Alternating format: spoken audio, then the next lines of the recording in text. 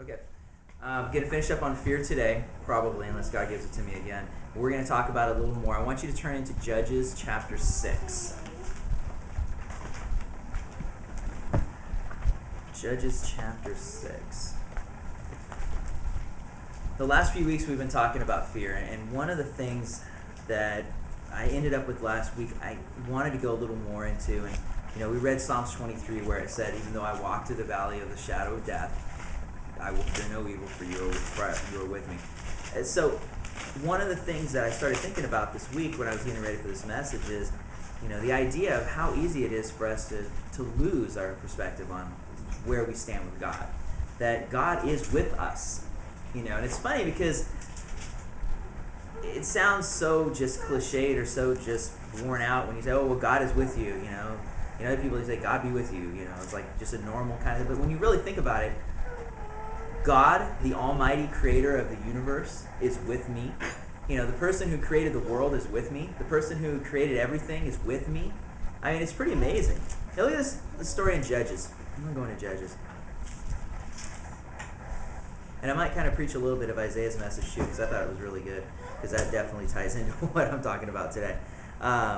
Judges chapter 6. And I'm going to start in verse 11. I'm going to talk about Gideon a little bit. I might get going too much to where I don't even get into Gideon, but at some point, maybe in the next couple weeks, I will get into Gideon. The angel of the Lord came and sat under the oak that was in Ophrah, which belonged to Joash, the Abizite or whatever, as his son Gideon was beating out wheat in a winepress in order to save it from the Midianites.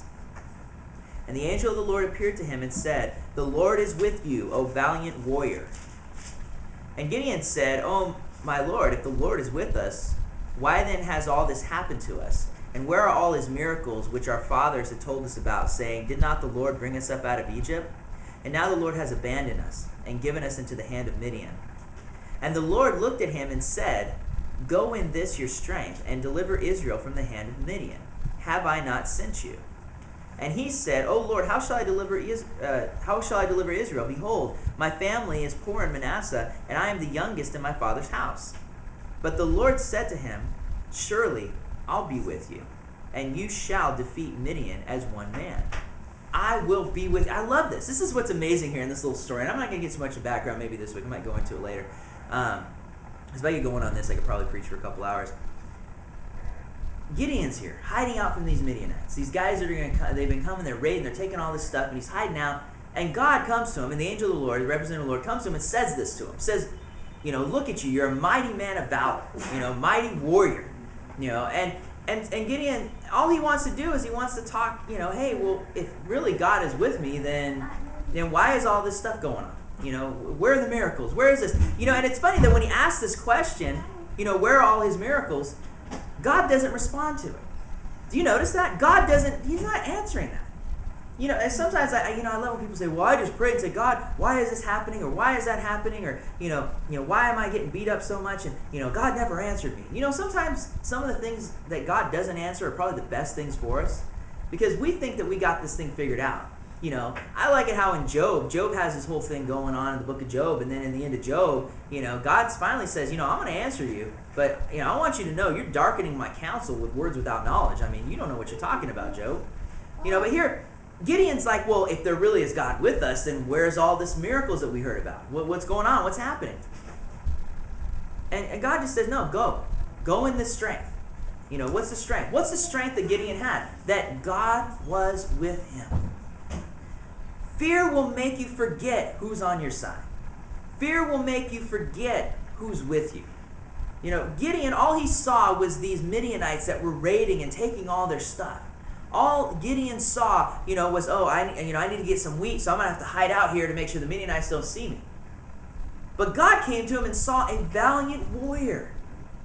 He saw a mighty man. He saw somebody who can do something. Because why? Because he said, go in this strength. Go in this strength, that I'm with you. That I'm with you. That's it. That's all you need to know. You don't need to know why miracles aren't happening. You don't need to know, what's going on. All you need to know is this. I have sent you to get rid of the Midianites. Go, because I'm with you. Go. In Deuteronomy 31, he told the children of Israel before they were going into the promised land, I will never leave you or forsake you. I will never leave you or forsake you. And I started thinking about that. Like, who are we? I mean, really, what are we? We're Christians. We're named after God. I mean, we are people that are named after God. We have his name. We are people that belong to God. And God says, I will never leave you or forsake you. I started thinking about this. I heard last night I went to go pick up some Chinese food, and I was listening to some people talk, and I love eavesdropping on conversations. I know, I can't help it. But no, I especially like it when I hear God or Jesus or something come up, because I always want to hear what somebody has to say. And there was this lady talking about how hard it is for her to go to church. It's just, whenever I go to church, I feel like, they're always telling me something else I need to do or some other reason why I'm not a Christian. And my first question I wanted to ask, well, are you? That would have been my first question. But, the second question is like, why, it's sad because the church has become a place to where they're so driven by fear. And I'm not trying to knock any one denomination, but think about it for a second. When all you hear every single Sunday, day in and day out, is how much you sin and how much you need to repent, and you're doing this bad, you're doing that bad, you just need to change something or God's going to throw you into hell. I mean, that is a fear-based relationship. That's an unhealthy relationship. I mean, if my wife loved me because she was afraid of me beating her up, that's not a good relationship. If my kids respected me just because they didn't want to get a spanking, after 5 seconds of me getting upset about them not doing something right, that's not a healthy relationship. I'm not saying that spanking your kids is wrong. I am saying hitting your wife is wrong, but unless it's needed. Sometimes they mouth off. You got to. No, I'm joking. My wife would actually beat me up, so I can't say anything. But it's an unhealthy relationship. But that's the type of relationship Christians have with God. They have this relationship where they think they do something, they screw up, they mess up, right? And then it's like, oh, God's just not with me anymore. I'm on my own now, It's like God's just kind of like this father that just kind of goes, you sicken me with your sin. Get out of here, And that's horrible. I will never leave you or forsake. Even when it doesn't, it's funny. Yesterday, I went to go take my daughter to a birthday party, and I went to it was at the Build-A-Bear place or whatever, and I go in and she finds her friends, and I say, well, where's their mom? And well, mom went to go do something. I go, well, who's watching you guys? And well, we're just here waiting for her. I was like, all right, well, guess what? I'm gonna be standing right here waiting for you too. I wasn't gonna leave, And I'm not knocking parents for whatever they do is what they do with their kids, but I'm not gonna leave my kid alone in a mall, especially today. I'm not crazy. And I was just standing there, I was thinking, because I mean, it was boring. I'm standing in a store watching a bunch of little girls playing with bears. I mean, come on, there's a video game store up the way I'd rather be standing in. There's toy stores. I mean, there's a ton of other things I'd rather be standing around, but I didn't leave. I stood by that door and I waited for that parent to show up to find out, first of all, what the heck's going on. But secondly, just knowing that somebody's there to take care of my daughter. Why? Because I'm not going to leave her or forsake her. I'm not going to do that. I'm not just going to walk away. When I started thinking about it, I went down, I'm like, sometimes I think about God, and I was thinking about being in that, the Build-A-Bear place and how, to me it was boring, and I think about God dealing with our garbage, things that we think are so important and so stressful, and God's like, come on, just standing there watching you, taking care. I'm here. Don't worry, I'm here, I will never leave you or forsake you. Jesus said this. Right before he left the earth, he said, I will be with you always, even unto the end of the world. I will never leave you.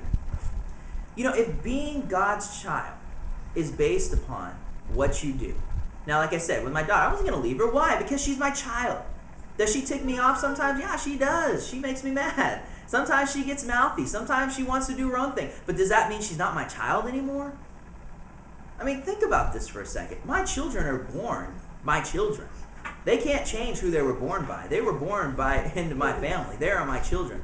Nothing they do can ever change that. When God said, I will never leave you or forsake you, this is an amazing thing to think about for a second. I will never leave you or forsake you. I got finished reading, you guys are, Rambo, right? You guys don't know Rambo, movie county. Well, the original story, First Blood, well, there's a book it's actually based upon that was written long before the movie came out. And it's kind of interesting. The end of not to ruin it for you, but in the book, Rambo dies.